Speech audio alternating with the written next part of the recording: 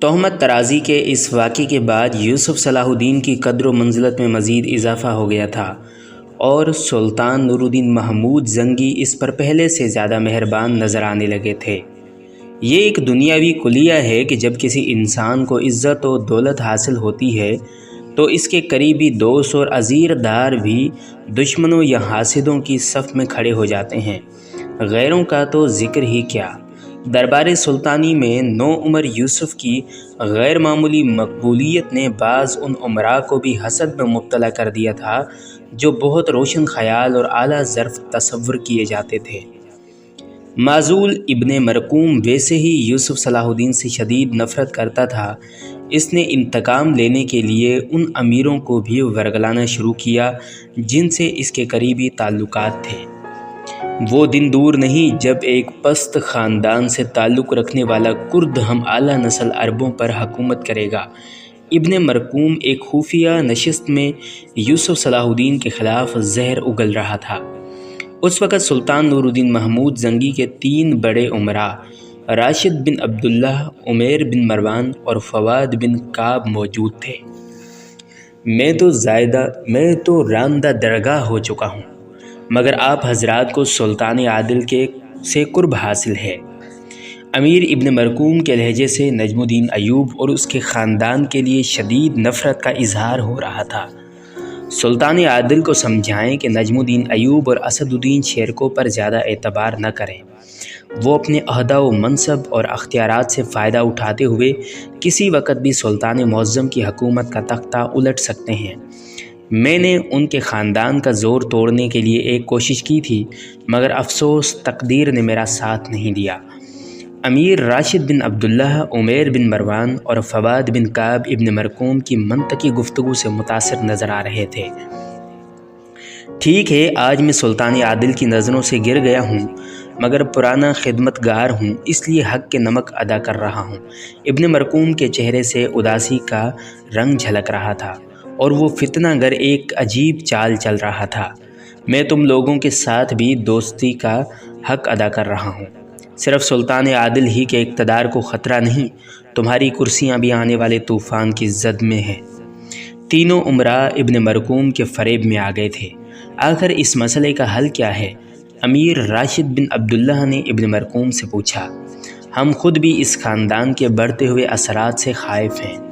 اس مسئلے کا بس ایک ہی حل ہے۔ امیر ابن مرقوم نے بڑی عیاری سے لب کشائی کی۔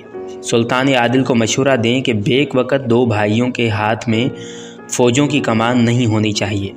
پہلے اسد الدین شیرکو کو سالاری کے عہدے سے ہٹا کر دربار کی 4 دیواری تک محدود کر دیا جائے تاکہ وہ سلطان عادل کی خدمت میں صرف سلام پیش کرتے رہیں۔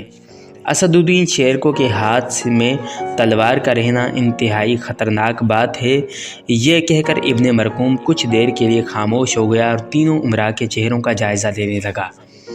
ابن مرقوم کے دلائل اور چرب زبانی نے اپنا کام دکھا دیا تھا۔ سردار عمیر بن مروان نے اس کی تائید کرتے ہوئے کہا، اسد الدین شیرکو بہت جنگجو انسان ہے، ہر وقت قہر و غضب کا مجسمہ نظر آتا ہے۔ امیر ابن مرقوم نے لوہا گرم پا کر ایک اور بھرپور ضرب لگائی۔ اسد الدین شیرکو جنگجو ہی نہیں، ایک نہائی شاطر انسان بھی ہے، اپنے بڑے بھائی نجم الدین ایوب سے زیادہ خطرناک۔ اسے سالاری کے منصب سے ہٹانے کے بعد کسی دوسرے موقع پر نجم الدین ایوب کے ہاتھ سے بھی تلوار لے کر اسے دربار میں بٹھا دیا جائے۔ اس طرح زنگی خاندان کا اقتدار بھی مضبوط ہو جائے گا اور آپ حضرات کی کرسیاں بھی۔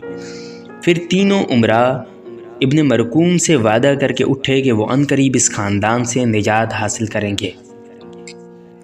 پھر وہ دن امیر ابن مرقوم کی زندگی کا یادگار دن تھا جب پورے شام میں یوسف صلاح الدین کی موت کی خبر عام ہو چکی تھی۔ امیر ابن مرقوم خوشی سے پاگل ہو کر گلی کوچوں میں چیختا پھر رہا تھا، لوگوں سنو، قدرت نے میرے ساتھ انصاف کر دیا۔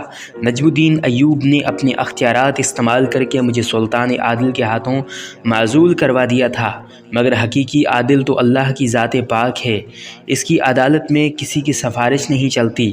اس نے میری ذلت و رسوائی کا انتقام لے لیا۔ نجم الدین ایوب کا بیٹا یوسف صلاح الدین مر گیا امیر ابن مرکوم کی وحشیانہ چیخیں سن کر بہت سے لوگ اپنے گھروں سے نکل آئے تھے۔ ان کے چہروں سے افسوس کا اظہار ہو رہا تھا، اور جو لوگ تہمت ترازی کے واقعے سے باخبر تھے انہیں پاک بار اور جوان سال یوسف کی ناگہانی موت کا بہت صدمہ تھا، اور وہ اسلامی رسم کے مطابق دل ہی دل میں مرنے والے کے لیے مغفرت کی دعائیں کر رہے تھے۔ اور نجم الدین ایوب کے گھرانے پر تو قیامت ہی ٹوٹ پڑی تھی۔ کسی کو یقین ہی نہیں آ رہا تھا کہ یوسف صلاح الدین ان سے اتنی جلدی بچھڑ جائے گا۔ زبیدہ اپنے جانے والے بیٹے کو پکارتے پکارتے شدت غم سے بے ہوش ہو گئی تھی۔ دونوں بھائی توران شاہ اور ملک عادل روتے روتے نڈھال ہو گئے تھے۔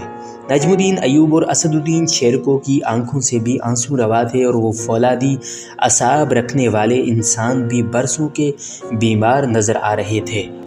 اس المناک واقعے کی تفصیل یہ ہے کہ سلطان نور الدین محمود نے یوسف صلاح الدین کو اپنے ایک معتمد غلام امین کے ساتھ ایک خفیہ سرکاری کام سے شہر ہمہ بھیجا تھا۔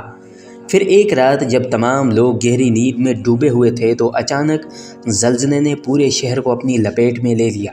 زلزلہ اتنا شدید تھا کہ چند لمحوں میں ہمہ کی زمین زیر و زبر ہو گئی۔